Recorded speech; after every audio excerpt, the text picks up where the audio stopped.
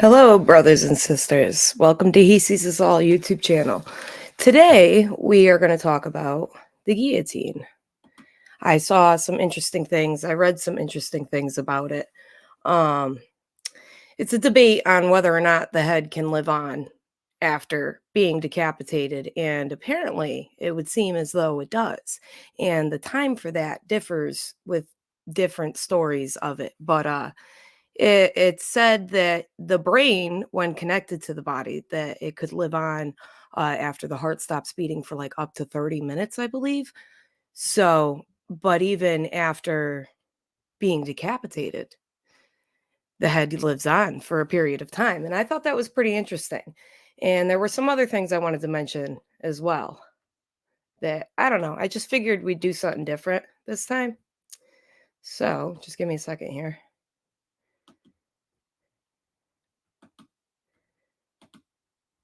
And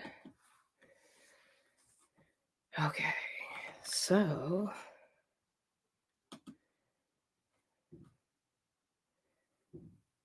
we're going to start out with this. I'm going to remove myself here from the screen. Give me a second. So, when Jean-Paul Maret's killer, Charlotte Corday, was executed by the guillotine in 1793, a man named Francis Legros, I believe, I don't know, I'm probably going to chop up a lot of these names, allegedly lifted her head and slapped both cheeks. Onlookers claimed that Corday's face took on an angry expression and her cheeks became flushed. There are other reports from history of several heads that seem to have shown signs of consciousness. And Boylan, for example, apparently tried to speak after being beheaded. But are these stories bogus, or is there scientific evidence that the head can remain conscious after it? Sorry.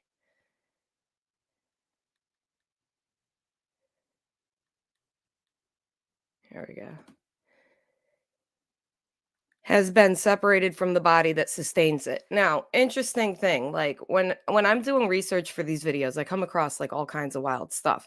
And I came across this thing about this kid that was in a car accident, and I guess the car rolled, they hit black ice, the car slipped, it rolled, and while it was rolling, the passenger kind of like fell out of the window a little bit and the driver grabbed him and pulled him back in, but he broke his neck but severed like his skull from his spine. It was like what did they call it? Internal decapitation or something like that. And that it's like mortality rate is like almost at 100%. It's a very, very high mortality rate. Something most people do not survive. And he did survive it. So, I just wanted to bring that up that like, someone survived that. But all this, everything here, like it's just so interesting. And I have a short video as well that somebody made and put up on YouTube that kind of talks about some of these same things. In recent years, there has been scientific interest in what has been called the world's first potential human head transplant. If it were to go ahead, and that is increasingly unlikely, the transplant would push multiple boundaries of science. The most obvious one being how long, whether the head and its contents might survive following removal from its original body. It makes me think, I don't know if any of you have ever seen that show Futurama. They had all those heads in the jars. Um, the brain and all its structures it supplies need oxygen to function. The brain accounts for 20% of all oxygen used in the body. Once the blood vessels in the neck are severed, the oxygen supply is halted. Whatever oxygen remains in the blood and tissues after the fatal blow would certainly be there for use, but it wouldn't last long. So that's interesting if you think about it, because that means like, all right, so once the head's severed, and think of it this way as well, that means that the body isn't using any of the oxygen that's up here anymore, right? So whatever oxygen remains in your brain and in the blood that's in your head, your brain would have left to use. Who knows how much oxygen the brain alone uses? So that really leaves open to how long one person to another would remain conscious after decapitation, right? Um, I would say with the experiments that they performed, they're well aware that for sure the head lives on for a period of time after decapitation. It's to me, I believe that they're well aware of it. Movement would only be possible in tissue or structures still attached to the head, such as muscles moving the eyes or the mouth, because the nerves supplying those muscles would still be connected. Other animals' heads can survive much longer, as in the case of a chef in China reportedly killed by a venomous snake bite 20 minutes after its head had been removed. So, I saw this video recently where when you cut freshly butchered meat, all the muscles start spazzing and stuff. All of this makes me I'm gonna get into something in a little bit. I think after the video, I have the other stuff. Maybe not. I'm not sure. Yeah, I think it's after the video. But I'm gonna get into something that would leave open for debate whether or not even those muscles twitching could be felt by the creature or human that was killed. Most recently, understanding in this area of research has turned to what people who suffered death or near death experience are aware of when going through such events. People who have suffered a heart attack or cardiac arrest describe events that were occurring to them or in the room around them while undergoing resuscitation. Excuse me. This suggests that while their heart may not be beating, their brain is certainly aware of what's going on around them, even though they displayed none of the clinical signs of consciousness. So that means they're saying, like, after death, that people are still aware, even when they're being resuscitated, like they're still there, even though they're not. So you're still with your body for a period of time. Other studies have shown activity in the brain 30 minutes after the heart has stopped beating. These so-called delta brain waves are also often seen in the stages of sleep and relaxation. This was just all so fascinating to me. Final wave goodbye. Most recently, research has shown that even after the heart stops beating, there's still activity in the brain. It finishes with a final wave of activity that sweeps across the brain, occurring minutes after the heart finishes beating. Termed spreading depolarization, the activity detected in humans in these studies is large enough to be detected by an electroencephalogram, a device measuring electrical activity in the brain. Studies in other organisms have suggested that even 48 to 96 hours after death, gene expression and activity is still occurring, and in some cases, increasing in quantity. All this really leaves up to debate how long, a soul, can we say, is with a body, right? Further research and understanding are needed in humans to truly establish what the activity being detected after death is and how this relates to function and the conscious versus unconscious activity. But that leaves to say that even when someone's unconscious, if there's certainly there people have said in comas that they've heard everything that was said to them. People who go under the knife and are put out with propofol have said that they felt everything. The most famous case of surviving decapitation is probably that of Mike. Mike survived being decapitated for 18 months. How, you might ask? Well, it appears the supposedly fatal cut managed to cut at an angle through his brainstem, keeping the parts of his central nervous system that control his basic functions alive. A timely and well placed blood clot stopped him from bleeding to death. Did I mention that Mike was a chicken? He was perhaps the longest lived example of running around like a headless chicken. Sadly for humans, this would never be a possibility. Even the bits of the brain that control the most primitive functions are contained, up for debate again, within the skull. As much people might want to believe that Anne Boylan tried to speak after being decapitated, the story is probably apocryphal. All right. Now, I have a of an issue with a lot of this because these experiments that were performed, and the video is going to talk about it, by these scientists, right? These people that were being decapitated were told to do something specific. Like, one man was told to blink, and he blinked for the time for that is up for debate. It said he blinked for 10 seconds, it said he blinked for 15, and I saw it said he blinked for 30. So who knows how long he blinked, but he blinked, and that's what the scientists told him to do. This person tried to speak, and Boylan, right? The other woman who was slapped blushed. I think there was another one that was mentioned, but people did specific things that they were told to do. Obviously, there was some kind of consciousness still there. And fun facts I found out about the guillotine. Um, so back when back when they first started doing it, it was a very public thing, and it was like a huge spectator event, right? And the executioners back then were celebrities of their day, so shall we say, which I thought was interesting. Like these guys who dropped the blade were celebrities. Sometimes the condemned, the people who were going up to be beheaded, would make like jokes and stuff right before it happened. Even they felt like they were a celebrity of sorts, which is really crazy to think of, that this was like the mindset of people. They would have like tables set up where people could buy stuff. It was just insane.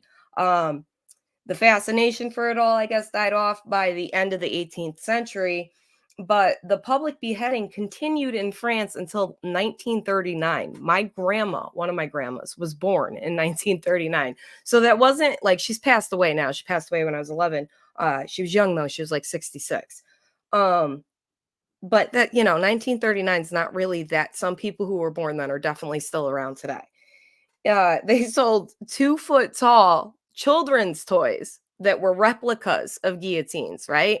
But they were working replicas to behead dolls, and it said even large rodents, right? 2 foot, can you, a 2-foot tall replica? That's insane. A lot of towns would ban them though, because they thought that it was like a very like video games of today, right? They say violent video games have um an influence on younger adults, and well, not adults really. I would say like the children who play them or teenagers who play them. That's the view they're trying to give. But they sold actual guillotines that worked, that were just 2 feet tall for kids. I thought that was interesting. Um, and also novelty guillotines. So I'm guessing like small ones, probably that could cut cigars or something, were on the dining tables of the upper class. That's interesting. Of course, because the upper class probably loved these events, right? And also, fun fact, it was last used in France in 1977. Now, that really wasn't that long ago. And it didn't even come to an official end until 1981. And that's when France abolished uh, capital punishment altogether. So they basically used this thing right up until they decided that they weren't going to execute anybody anymore. So I don't know. I thought all those things were kind of interesting personally. Um, Let me see here. I think the video is next. I believe it is. All right, let's get to this. I'm gonna have to pause it, obviously, over and over again to, just speak on it so that I don't get hit with copyright. If anybody's wondering why I do that when we watch videos, that's why. I'm sure most people know that already, but just wanted to say that. This video is on YouTube. I'm gonna link the channel that did the video below after it uploads fully and everything. Also, this is an awkwardly long amount of time that we're going to sit before this little head speaks. I mean, it's not really long, but it's a little long. And I sped this video up a little bit. Uh then I noticed though he did it for about 15 seconds or so, which is how long they think the head could live or be conscious. I think they can feel pain too. We're going to get into that in a minute.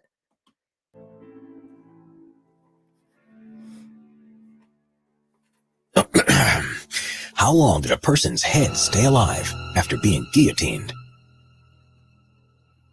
Beheading as a form of execution has been around for centuries. By 1792, during the time of the French Revolution, it had become a highly efficient and quick form of execution in the shape of the now famous guillotine. King Louis XVI himself signed the bill that made the guillotine the official method of execution. The guillotine was a tall wooden structure first used in revolutionary France for beheading someone using a heavy slanted blade that suddenly dropped down a set of vertical grooves. It would usually chop the condemned person's head off in one clean action, whereupon the severed head would unceremoniously drop into a basket below. Dr. Joseph Ignace Guillotine, who it was named after, claimed that the guillotine made execution as painless as possible. See, what he doesn't mention right here, Dr. Joseph Guillotine, wrong one. Dr. Joseph Guillotine, he was appalled that the thing was named after him. Like, he was not okay with it. And the way this guy tells this story doesn't really lead you to think that. Like, but he wasn't happy that it was named after him. I believe he even like tried to have the name of the thing changed. However, later on, the device was also known as Madame la Guillotine, La Oh, maybe that's why they did start calling it other things. Dame, the lady, La Veuve, the widow, Le Rasoir National, the national razor, and Louis VII. But was the execution by it truly painless? There is a famous story about the execution of Charlotte Corday by the guillotine in 1793 during the French Revolution. Just after she had been beheaded, a member of the crowd leapt forward and slapped poor Charlotte across the face to see if she was still conscious. It's reported that her face then blushed at the indignity of being slapped. Okay, so my problem with this, what we just read said that her face took on an angry expression and she blushed. That leaves you to think that she was thinking still, right? Like, this is this is my thing with this. And then the other one where he is told to blink, that's what he does specifically. He started blinking like a lot. If these were just reactions that were muscle movements or spasms or whatever you want to say, right? Then they wouldn't fit the moment. I don't know how to word this, but they just wouldn't fit so perfectly, right? There are even stories of how heads blinked after being guillotined. Antoine Lavoisier was a French scientist at the height of the French Revolution in 1794. He was condemned to death during the Reign of Terror and supposedly agreed to blink after his head was guillotined as one last experiment for science. His servants noted that Lavoisier blinked up to 15 seconds after the execution. Though there are many stories 15, 10, 30. Like I said, that's up for debate. I forgot to mention though, this video doesn't mention what else they did to these heads after they were decapitated. They performed all kinds of experiments on them. If you were here for the intro, I don't think I showed in the outro. I didn't want to play with that photo too much, but one of the photos was two actual heads, right? From back then. They used to immediately after being decapitated put the head over like a candle flame to see if they would hurt the person, right? Still. They'd also like put the head over ammonia to see if the face would have like a matching reaction. I don't know what the results of those studies were. I'm guessing that the faces showed faces of pain or that they could smell the ammonia only because of these other experiments that were performed. Honestly, I think this stuff is mind blowing. I don't know about you guys. It just blew my mind personally. like this claiming that lucid decapitation or consciousness exists momentarily after beheading.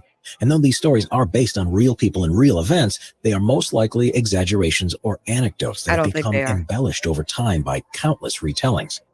However, it's often been wondered by scientists how long the head keeps on functioning after. You know why I don't think they are? Because scientists were performing these experiments. That means very well taking notes were had, right? These aren't just stories after stories after stories. If they were actual scientific experiments, you know damn well they were taking a lot of notes and they were recording everything. So I don't think this is like just story after story after story, personally. It's been guillotined from the body. One of the chief reasons for the introduction of the guillotine was that it was deemed to be very humane, but some factions in the medical community were seriously questioning this. Dr. Samuel Thomas Summering theorized that in fact a decapitated head could continue to live and feel for up to a full 15 minutes after being guillotined, and therefore the suffering was worse than death by hanging. But Dr. Jean Célideau, a leading pioneer of modern-day medicine at the time, counter-argued that the difference between killing a person or a butcher killing an animal by severing its head resulted in the same effect, immediate death and total end of life. Others, such as Pierre-Jean-Georges Cabanis, argued that victims did not suffer once guillotined because the nape of the neck is where death can be caused instantly in people and animals. The twitches and the severed heads were, in his opinion, purely mechanical muscle movements without consciousness. There's no way. There's no way. If someone was told specifically to blink and the man started blinking for anywhere from 10 to 30 seconds, that was him saying, "Yes, I'm still here at the moment. This is awful. I can feel everything." The one thing the head cannot do after being decapitated is speak. Someone tried to speak, but there would be no sound that came out because all the vocal cords are severed. So,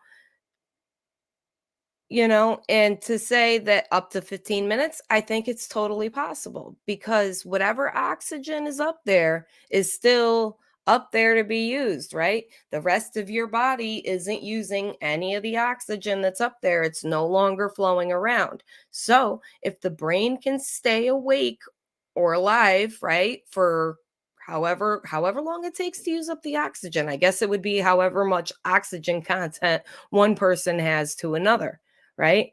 It's wild. There has been many well-documented cases of animals like chickens, cockroaches, frogs, snakes, and praying mantises surviving for a long period of time after they've been decapitated.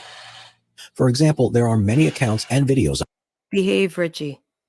of rattlesnakes that have been beheaded and still have been able to bite people with their head. Because the guillotine was used in France all the way up until 1977, there has been scientific research carried out using more advanced methodology on actual guillotine human heads. It has been widely reported that sometimes you will see some eye and mouth movements from a guillotined head, but today scientists are mostly convinced that this is just involuntary reflex actions that linger on in the aftermath. It's like a scientific debate, but we're no longer beheading people at the moment, right? Uh, I don't know how many people remember this, but in 2019, it was said that a lot of those were ordered. Um, I don't want to talk too much about that. Those are really murky waters, but it was said. And there were also like lots of coffins that were ordered and lots of videos showing those coffins being delivered, like huge plastic coffins that you could probably put 5 or 6 stacked high. And they were on bum bum bum Masonic trucks.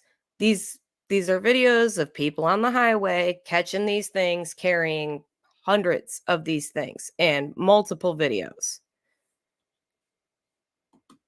But still doubt and conflicting reports linger But about like I was saying, we're not doing this at the moment. So I don't think scientists right now can really have much to say on the matter. People performed experiments back then, lots of notes were taken, and I think there's definitely consciousness there for a period of time. this whole issue. One of the most compelling accounts of consciousness being said to still exist for a significant amount of time after being guillotined was in 1905. Henri Languille was executed by the device in Orleans, France. Dr. Gabriel Boriot observed that the decapitated head was still twitching, and when he called out the man's name, his eyes looked upwards and stared directly at the doctor. It was claimed that this lasted for between 25 to 30 seconds. Though later, in 1939, the Journal of the American Medical Association thought Boriot was exaggerating his account of what happened, as other witnesses that had been present at the execution said life only seemed to last for a maximum of 10 seconds.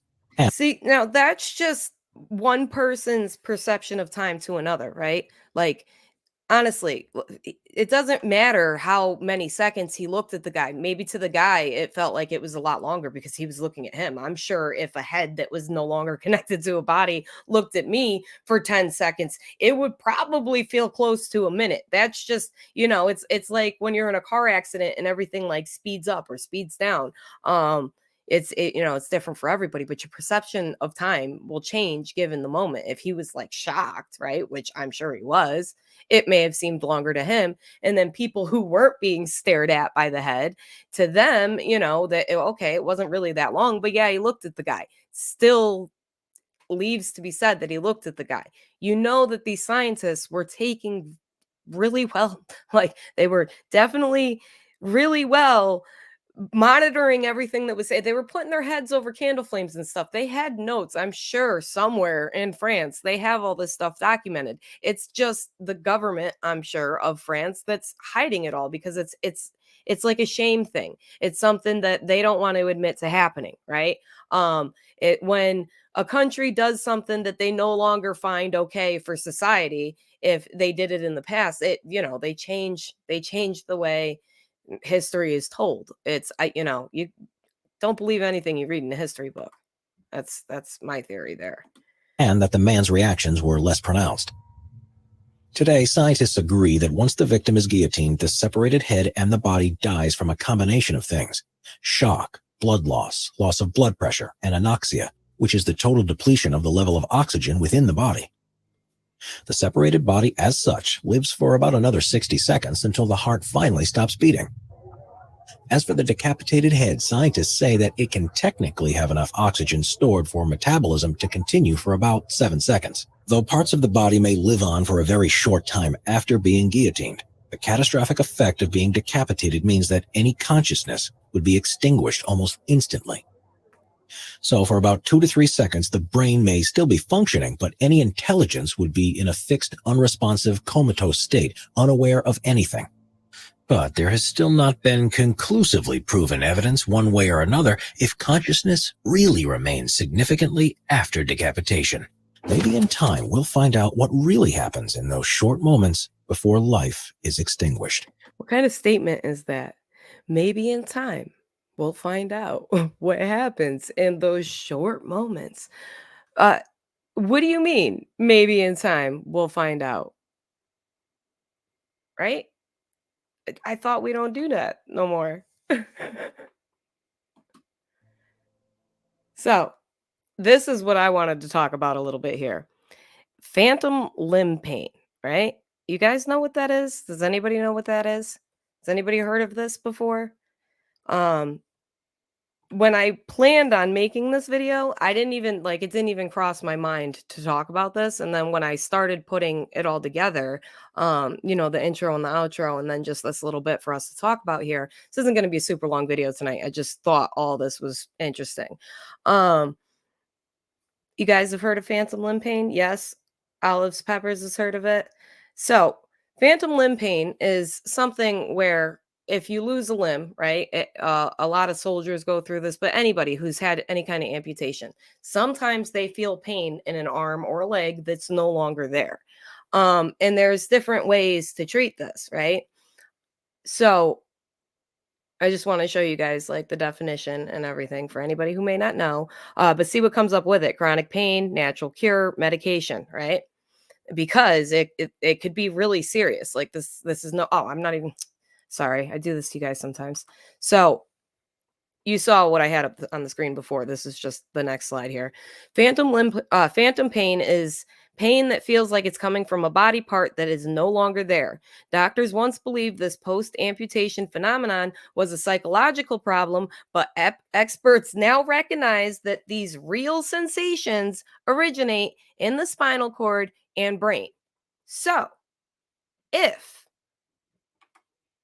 phantom pain, if phantom limb pain, or whatever you want to call it, right? If it originates in your brain, that means that you're actually feeling pain, whether the arm's there or not. Like, it's not a psychological problem. And the way they treat it, this therapy that I'm going to talk about, um, I- it's like I would say a psychological treatment, but that could probably help even with physical pain. It's like a placebo effect, maybe. You know what I mean? Mind over matter, right?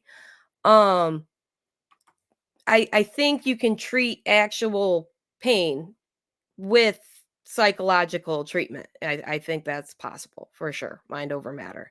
So the way they treat this, phantom limb pain. If you've had an amputation or limb loss, you may develop phantom pain. The pain is real, but it feels like it's happening in the missing body part. This condition may gradually go away, or it may not. You may have this problem forever.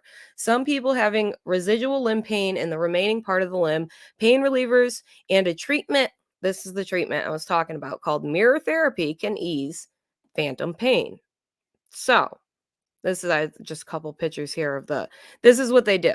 So, the guy's arm on the other side, obviously, he doesn't have an arm, and this is the arm he does have. So, they put the body part in the box and they look at the limb that isn't there, and it's supposed to somehow help. But again, it's like maybe a mind over matter situation, like this guy with the missing leg, same thing, right?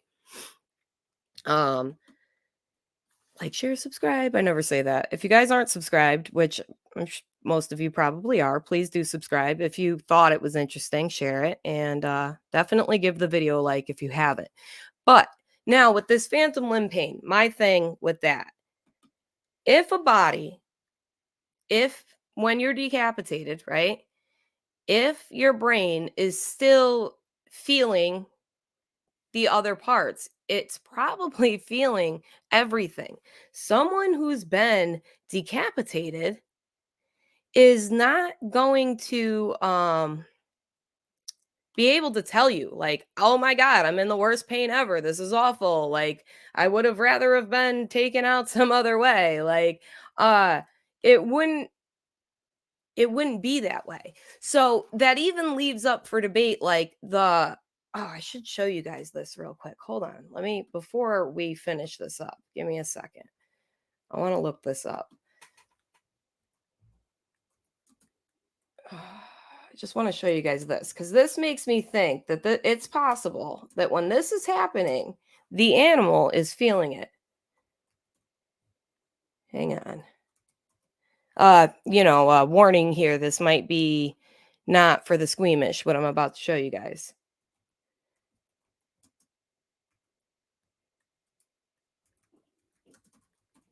It's interesting though. I thought it was interesting. I'm a meat eater, so it doesn't really bother me that much. But if you're not a meat eater, you might not want to see this.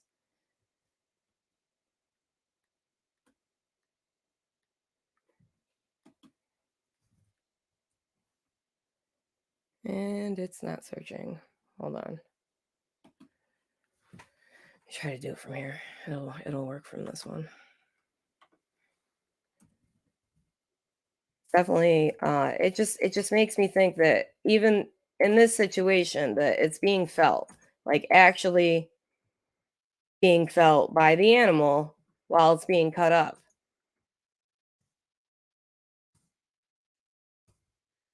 Okay, I got it. And I don't. What is this?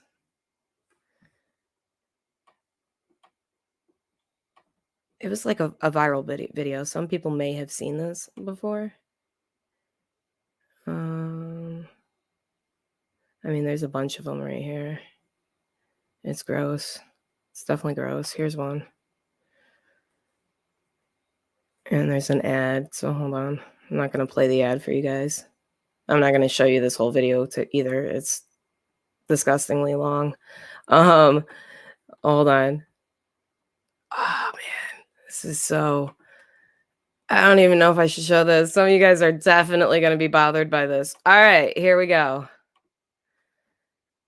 I apologize for this one. Actually, no, we don't need no audio here. So I just want to show this to you guys. Full screen. Here we go. This is. Whoa, what just happened? Did you guys see that? That's all it showed you. Okay, so this is fresh meat, right? That's what you guys can see. Yeah, okay. That's what freshly butchered beef looks like when you're cutting it. That makes me think phantom limb pain, when a head is decapitated, they're feeling things for sure. When that meat's being cut, yeah, it may be muscle spasms, but the brain may somehow still be picking this up until the body or the soul actually fully leaves the body. The soul has a weight to it. There's been a lot of experiments performed on the dead, a lot, like many experiments have been performed on the dead. And they've weighed bodies, like the whole everything. So the body's weighed before the person passes away, right? And they get the weight. the body's weight after the person passes away. More than one person, we're talking about a lot of people this has been tested on. And even with everything that the body excretes, because when someone passes away, your body gets rid of everything that it has. Everything there on the table, I think it's I don't know if it's 12 or 21. I do that with numbers sometimes, but they lose a certain amount of grams and it's the same number for everyone. There's a weight to the soul, and it leaves the body at a certain point. So you may be there for it could be 10 seconds for some people and it could be 15 minutes for others. That chicken that they said was alive for 18 months, who's to say he wasn't feeling everything? He very well may have been, right? I mean, there's and I know that where they were talking about human head transplant, like I believe they have tried to do things with that already. They may not be able to anymore, but I'm pretty sure back in like the early cloning days, don't take my word for it. I could be wrong, but I feel like they were trying to do that. Like people donated their body to have them try to do that with their body just for the thought of I may live on, right? Like that's something that the rich have been trying to do for a very long time. They want immortality no matter how they get it. A lot of rich think that they can upload their consciousness into an AI or a machine. I'm sorry, I don't think that's possible personally. I think that a machine can mimic man to a T, just as a demon could, shall we say. I've mentioned in the past before that it's very well possible that what these machines that we're building in this consciousness that is arising out of AI may be something from the other side. It may be demonic. We may be giving them bodies. There are definitely prophecies and stories that are told about how these things will run freely one day. Are we giving them vessels to run in besides our own, right? So they have total control. I don't know. I'm going off on a rant here, but that's what I had for you guys tonight. I hope you guys enjoyed the video. I love each and every one of you individually. As always, stay aware, stay awake, and stay vigilant. And I've got to start this now. So give me a second.